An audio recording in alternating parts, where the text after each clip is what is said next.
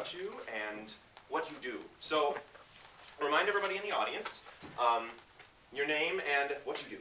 My name is Sheila Foraker, and I work for Perimeter Bicycling Association of America. We're the good folks that bring you El Tour de Tucson every year.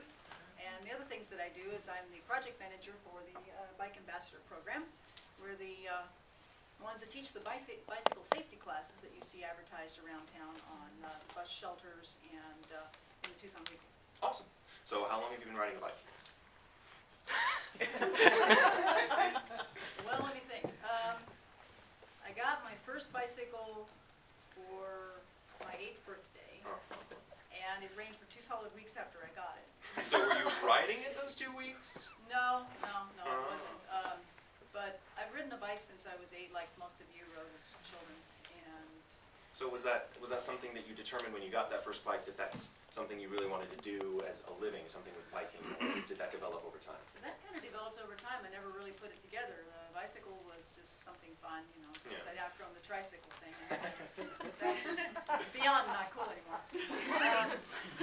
So then as time went on, the bicycle became a means of transportation, a little ticket to freedom, because I could go much further on it than I could on my feet and actually get back before anybody knew I was gone. So do you have any interesting stories about getting back before people knew you were gone? Any Ferris Bueller-esque tales? Probably at least one. Well, you don't have to incriminate yourself. That's not the purpose. That's okay. My mom ain't here. Well, that works out. So if you could pick like something, one of your most treasured experiences, like on a bike, before it became this sort of like a living for you, something really special. Well, I think one of them would definitely have to be when I figured out that I could actually go someplace without my parents taking me there. And how old were you then? I don't know, 14 maybe, Okay. something like that. And it was just this incredible sense of freedom that I can go anywhere I want to because I've got this means of transportation, and I can go and I can do whatever I want to do. I can go and go to my friend's house, I can go to the library, I can go down to the store, I can go to a show, I can do anything I want to under my own power. And that was just such an exhilarating feeling. Very cool, very cool. Now, I noticed in your bio that you actually taught music for a while. You have a degree in music education, and how did you get into that? Well, I started playing the trumpet when I was 10 years old. The band director, I'm assuming the guy was the band director, you know, when you're 10 years old you don't remember anything too well, get yourself put together. But anyway, a gentleman came to our elementary school, and he was recruiting for the band.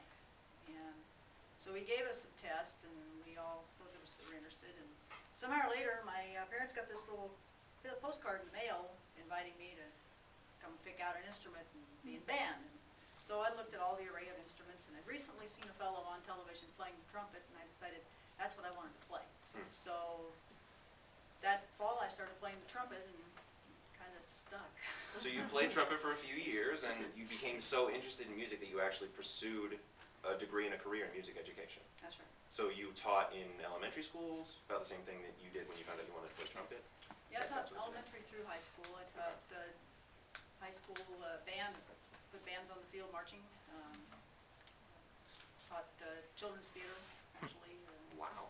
And K through the 12. I mean, there's not much difference between a kindergartner and a high school kid. They're just bigger and hairier. All right, fair enough, actually. That makes sense. Well, the kindergartner is actually easier to reason with sometimes. Oh yeah, that I can definitely agree with. So, you were in music education, and I don't know, maybe it's not a big jump for you, but for me, it's a big jump between music education and bike riding. The two don't really coincide with me. I can't imagine myself going down the road, playing a violin, and biking. You do have one hand on the handlebars, that is required. Exactly. So.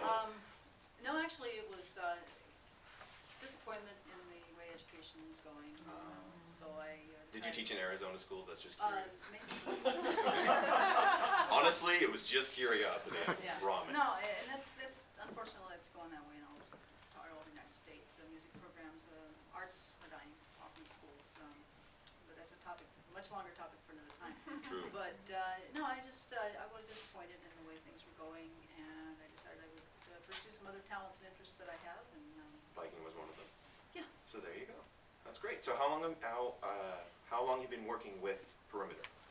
Well, as a paid employee since 2006. Okay. But prior to that, I've been volunteering, driving a support truck for El Torte Phoenix, which is now known as El Torte Mesa, since about, I think 2000 was the year that I'd broken my arm. So I'd just gotten out of a cast, and then I volunteered because I couldn't ride the events, so I signed up to drive a support truck, which would go out and collect riders that had mechanical issues or other things on the route, and just started volunteering with the event, with the things that took place up in the valley.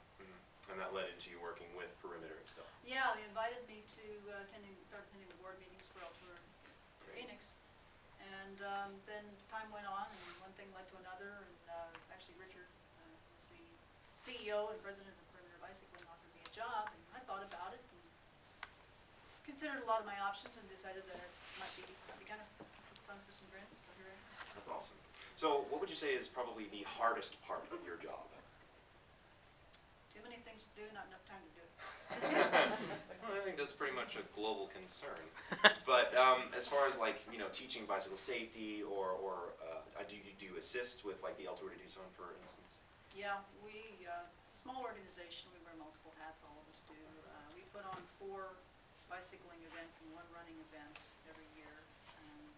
I'm the director of the Cochise County Cycling Classic and was previously the director of the El Torte Phoenix. So you have to organize all those events, make Right, sure yeah, everything's smooth. getting the permits, working with police and municipal agencies, so a wide variety of things. And I'm the education director. I do work with kids programs. And I'm also an official for Race Across America, which is a side line that I work with as well that's not related to Perimeter. And then the Bike Ambassador Program, we're the 501c3 nonprofit organization that the county can run the grant through that funds the classes, which is why people don't have to pay for those classes when you take them. Very nice. Great. Well, we did notice that you rode your bike in, so we wish you safe travel back in this very hot weather. And Sheila, thank you so much for being on the show. It's been great having you.